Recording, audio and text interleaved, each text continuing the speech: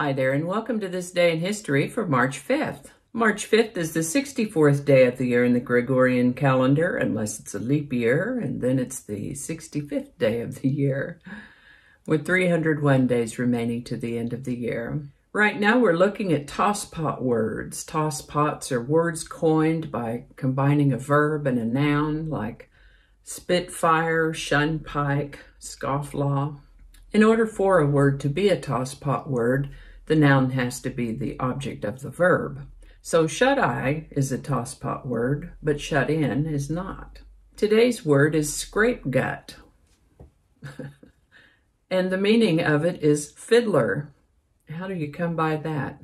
Well, it is that traditionally violin strings were made of catgut, which is gut or intestines of actually a sheep or a goat, not cats. The word scrapegut is a jocular, that means humorous, or contemptuous reference to a violinist, as if scraping the strings. Earliest documented use of this term is 1837. I'd like to take a moment to remind you that links to my research are included in the show notes, and ask you to go ahead and click that like button, subscribe if you haven't already. Be sure and stay to the end for outtakes, and let me know your thoughts in the comment section below.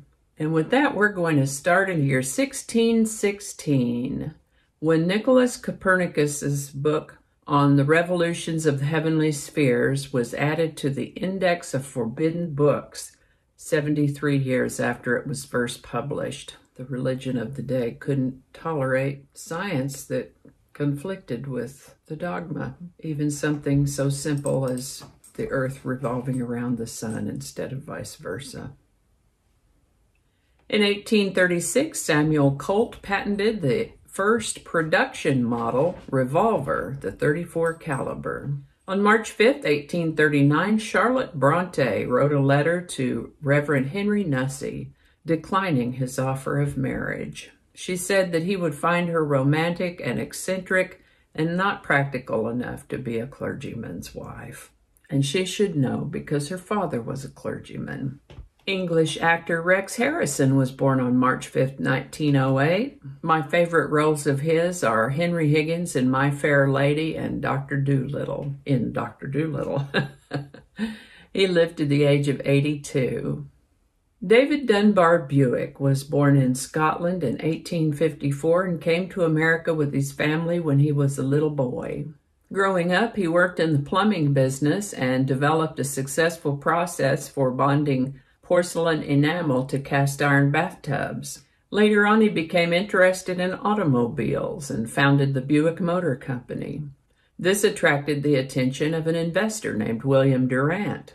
In 1904, the Buick Motor Company built 37 cars, which were known as the Model B. Before 2 years were out, though, David Buick had lost control of his business and sold his stock. In 1908, William Durant went on to make the Buick automobile the cornerstone of his new company, General Motors. Durant went about collecting other car companies to add to his stable, Cadillac, Oldsmobile, and so on.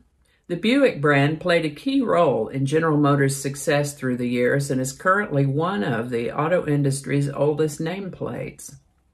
After selling his interest in the company, David Buick tried his hand at a series of ventures that just didn't work out all that well for him. Eventually, he moved back to Detroit, where he worked menial jobs. He died in obscurity and meager circumstances on March 5th, 1929, at the age of 74.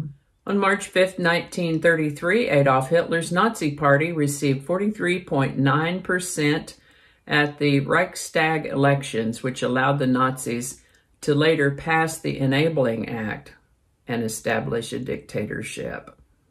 Winston Churchill first coined the phrase Iron Curtain in a speech on March 5th, 1946. If you're a regular viewer of my This Day in History series, you might remember that the other day we mentioned that Joseph Stalin had a stroke, or a cerebral hemorrhage. And it is that on March 5th, 1953, he went ahead and died from that.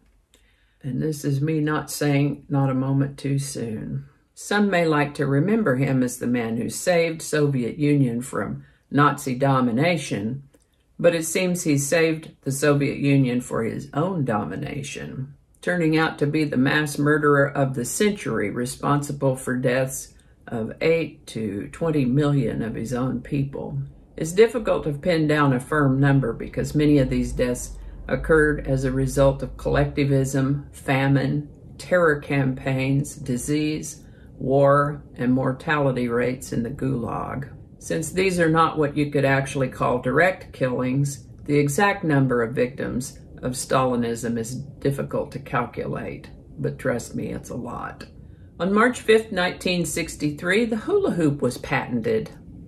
This was a large plastic ring-like device, probably about 3 feet across, that one could keep afloat by swiveling the hips to employ centrifugal force. I really thought it came out earlier than that, but that's what it says, 1963. Anyway, an estimated 25 million hula hoops were sold just in the first 4 months of production. I know I sure had one. It was blue. Kind of got me to thinking the next time I go over to the Wally aisle to see if they still have any hula hoops. That's pretty good exercise if you can keep it up off the ground. March 5th, 1966, Staff Sergeant Barry Sadler hit #1 on the music charts with the Ballad of the Green Beret.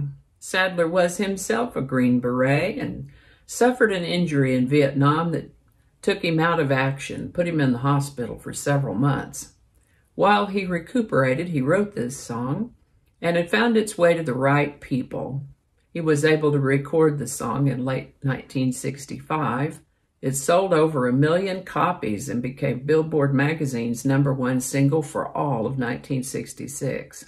There is a link in the show notes if you'd like to listen to it. On March 5th, 1969, The Doors lead singer Jim Morrison was charged with drunkenness and a variety of public decency violations alleged to have occurred during a show they'd done in Miami a few days earlier. Interestingly, they offered him a plea bargain wherein the Doors would play a free concert in Miami, but he turned that offer down, taking his chances with the trial. Unfortunately, he was convicted, but he died in Paris before he could serve his sentence.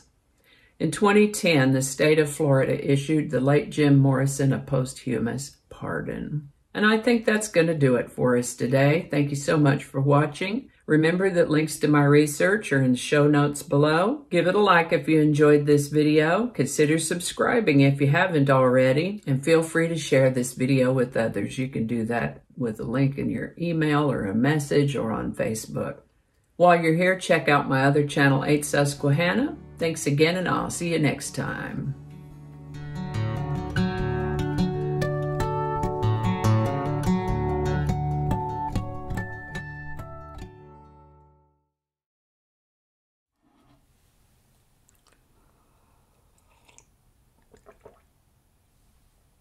My day in history.